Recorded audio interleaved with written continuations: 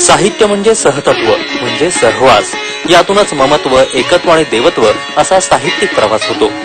यासाठी साहित्य म्हणजे काय हे पूर्णपणे जाणून घ्यायला हवं, हे म्हणणं आहे ज्येष्ठ साहित्यिक मधु मंगेश कर्णिक यांचं. साप्ताहिक विवेकच्या आधुनिक महाराष्ट्राचे शिल्पकार या मालिकेतल्या साहित्यखंडाचं नुकतंच रत्नागिरीत प्रकाशन झालं, त्यावेळी ते बोलत होते. या प्रसंगी अनेक दिग्गज साहित्यिकांची जणू मांदियाळी जमली होती. गेल्या 200 वर्षांच्या कालखंडात साहित्य क्षेत्रातल्या जडणघडणीत महत्वपूर्ण योगदान देणाऱ्या, साहित्याला नवीन वळण लावणाऱ्या 485 चरित्र नायकांच्या चरित्र नोंदी साहित्य खंडात आहेत. 808 पानांच्या या कोशासाठी 112 लेखकांनी सहकार्य केलंय. कोशाची रचना सुलभ, सोपी आणि आकर्षक पद्धतीनं केली आहे.